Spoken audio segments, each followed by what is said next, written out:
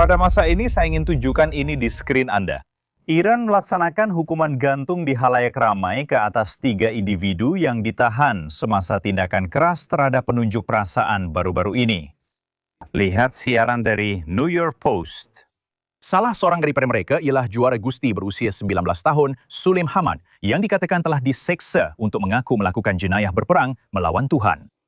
Republik Islam Iran mengabaikan amaran Jabatan Negara Amerika Syarikat agar tidak meneruskan hukuman mati itu. Presiden Trump telah mengeluarkan amaran dalam beberapa bulan lalu. Laporan Iran menyatakan ketiga-tiga mereka dihukum gantung secara terbuka. Saya ingin menjemput Jonathan Rui, ahli jinsa, untuk mengulas lanjut perkara ini. Jonathan, terima kasih kerana meluangkan masa dan membantu analisis kes ini. Terima kasih kerana menjemput saya. Seronok dapat kembali. Dan sebelum apa-apa, saya ingin mulakan dengan bertanya kepada anda tentang mesej yang nampaknya Iran cuba sampaikan dengan melakukan hukuman mati secara terbuka ini. Di tempat ramai, orang boleh melihatnya. Cheers. Ya, maksud saya sudah tentu berita mengerikan ini malangnya menjadi lebih mengerikan kerana ia tidak mengejutkan. Ini sesuatu yang rejim Iran lakukan ketika aman. Mereka adalah pelaksana hukuman mati kedua terbesar terhadap rakyat sendiri di dunia. Sering melakukannya secara mengerikan dan terbuka. Untuk menyampaikan mesej, ini jelas tindakan rejim yang sedar rakyatnya kini musuh utama mereka. Dan saya juga rasa bahawa insiden ini khususnya adalah lambang kepada mesej utama rejim itu, iaitu dalam peperangan ini kami akan menang dengan bertahan menjadi lebih ganas daripada sebelum ini. Ini jelas dalam pelaksanaan hukuman mati dan penggantian pegawai tinggi yang dibunuh dalam serangan udara oleh Amerika Syarikat dan Israel sejak perang bermula. Dari pemimpin tertinggi hingga pegawai pertengahan, semuanya diganti dengan individu yang kurang berkemampuan atau kurang dihormati dalam sistem Iran. Namun tujuan sebenarnya adalah menunjukkan rejim Iran meningkatkan pertaruhannya dalam perjuangan. Kami tidak akan mengalah dan kami akan menjadikan perang ini lebih panjang dan menyakitkan daripada apa yang musuh-musuh kami mampu tanggung. Kita juga tahu bahwa sejak beberapa bulan lalu, ketika protes semakin meningkat dan kita melihat ribuan orang memenuhi jalanan, terdapat perbincangan mengenai hukuman mati ini. Dan Presiden Trump berkata beliau telah berbincang dengan pihak berkuasa di sana dan hukuman mati itu tidak akan berlaku. Tetapi sekarang, dengan maklumat ini didedahkan, apakah reaksi Presiden Trump? Adakah Anda pikir beliau akan memberi respon? Jadi, ya, saya rasa kita berada dalam konteks yang agak berbeza sekarang. Memandangkan perang sudah pun berlaku, Anda tahu, saya rasa Presiden Trump pada masa ini mempunyai banyak keutamaan untuk difokuskan. Keutamaan utama ialah membuka Selat Hormuz dan mengurangkan keupayaan ketenteraan Iran agar tidak mengancam pengangkutan maritim antarabangsa. Anda tahu, tetapi saya rasa apa yang kita lihat sekarang berkaitan dengan tingkah laku dalaman Iran adalah sebahagian daripada satu tren yang lebih besar. Setakat ini kebanyakannya diketuai oleh orang Israel. Iaitu pertama sekali cuba menggunakan keupayaan pengumpulan risikan Israel yang luar biasa untuk mengesan dan menghapuskan pegawai-pegawai Iran, dan ini adalah salah satu reaksi rejim Iran terhadap perkara itu. Tetapi juga anda tahu menggunakan hukuman mati ini sebagai satu cara untuk menghantar isyarat kepada rakyat Iran. Amerika Syarikat dan Israel menyokong usaha menamatkan rejim ini seperti dinyatakan oleh Trump dan Netanyahu pada awalnya. Operasi Amerika Syarikat dan Israel bertujuan melumpuhkan keupayaan ketenteraan Iran yang digunakan untuk menggugat kestabilan rantau dan menindas rakyat mereka. Dan apabila semua ini dihapuskan semakin lama semakin banyak, maka rakyat Iran, kami berharap Anda semua, seperti yang dikatakan oleh Trump, akan mengambil semula pemerintahan Anda. Kita harus menjangkakan untuk melihat lebih banyak lagi demonstrasi seperti ini, karena sekali lagi, kita telah melihatnya selama berminggu-minggu dengan ramai orang turun ke jalan. Saya ingin tunjukkan video ini supaya Anda dapat melihat rakaman dari beberapa bulan yang lalu. Kita harus menjangkakan bahwa adegan seperti ini akan berlaku lagi dalam beberapa hari, minggu, dan bulan akan datang. Saya rasa sudah pasti kita harus menjangkakan bahawa protes-protes ini tidak akan hilang begitu sahaja. Rakyat Iran membuktikan bahawa walaupun rejim melakukan pelbagai kekejaman, termasuk hukuman mati dan menembak ribuan, mungkin puluhan ribu penunjuk perasaan di jalanan awal tahun ini. Rakyat Iran tahu bahawa pada akhirnya persoalannya adalah bila dan bukannya sama ada rejim itu akan tumbang. Saya rasa salah satu perkembangan menarik yang kita lihat baru-baru ini ialah kini Amerika Syarikat dan Israel telah memperoleh keunggulan udara ke atas barat Iran. Sekurang-kurangnya lokasi bandar utama. Israel mempunyai keupayaan stand-in menggunakan drone serangan kecil untuk memantau dan menghapuskan pos kawalan Basij, pasukan keselamatan dalaman. Apa yang kami lihat mewujudkan satu dinamik baharu dan benar-benar memaksa rejim untuk berfikir semula tentang cara menzalimi rakyat mereka sendiri walaupun ketika menghadapi perang luar demi kelangsungan hidup mereka. Daripada apa yang kami faham tentang situasi itu, adakah mungkin seseorang mendapat perbicaraan yang adil di Iran? Kerana kami dengar daripada aktivis hak asasi manusia yang mengatakan bahawa pejuang itu telah dipaksa untuk mengaku bahawa dia menentang Tuhan. Dan maksud saya, terdapat begitu banyak persoalan di situ.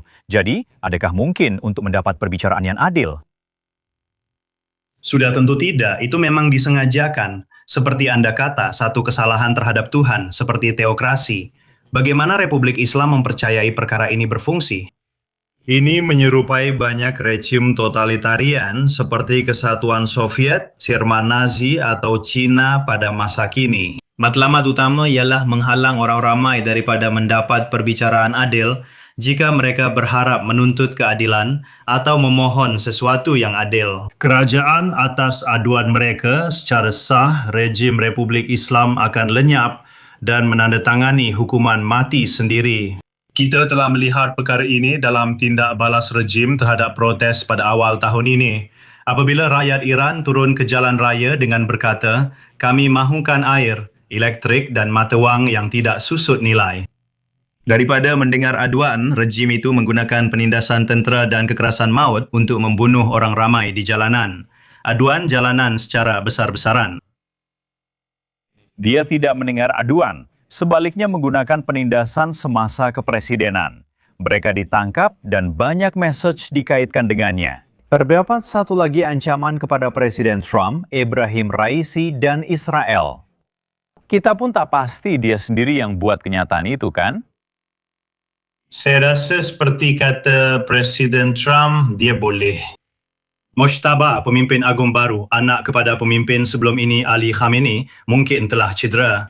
Dalam serangan udara Amerika Syarikat, kita dengar, atau serangan udara Israel, kita dengar perkara itu. Pada awal perang, terdapat laporan meluas bahawa dia terbunuh dalam serangan yang turut membunuh bapanya. Namun seperti anda katakan, dia berada di situ sebagai tokoh simbolik, bukan hanya untuk dunia luar tetapi juga penting untuk rakyat Iran. Rejim itu tetap tidak berubah dan tidak akan longgar dasarnya walaupun ditekan serangan besar. Namun satu perkara yang kita lihat sekarang dan sebenarnya sudah berlaku sebelum perang ialah adakah penawal revolusi atau IRGC benar-benar mengawal segalanya. Mereka sudah mengawal sebahagian besar ekonomi di sebalik tabir. Sebelum perang, mereka menindas rakyat Iran. Kini semasa perang, IRGC mengambil alih kawalan negara. Mojtaba, pemimpin agung baru, mungkin jadi jurucakap untuk perkara ini atau apa saja. Dan esok genap 3 minggu sejak semua ini bermula dengan operasi Epic Fury. Apa yang Anda akan perhatikan dalam beberapa jam dan hari akan datang?